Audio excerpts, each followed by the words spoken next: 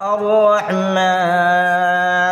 علم القرآن خلق الإنسان علمه البيان الشمس والقمر بحسبان والنجم والشجر يسجدان والسماء رفعها ووضع الميزان ألا تطغوا في الميزان وأقيموا الوزن بالقسط ولا تخسروا الميزان والأرض وضعها للأنام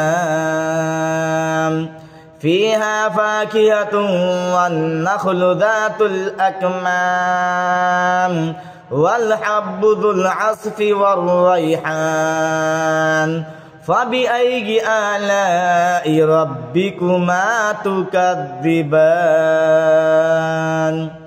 Subscribe to my channel.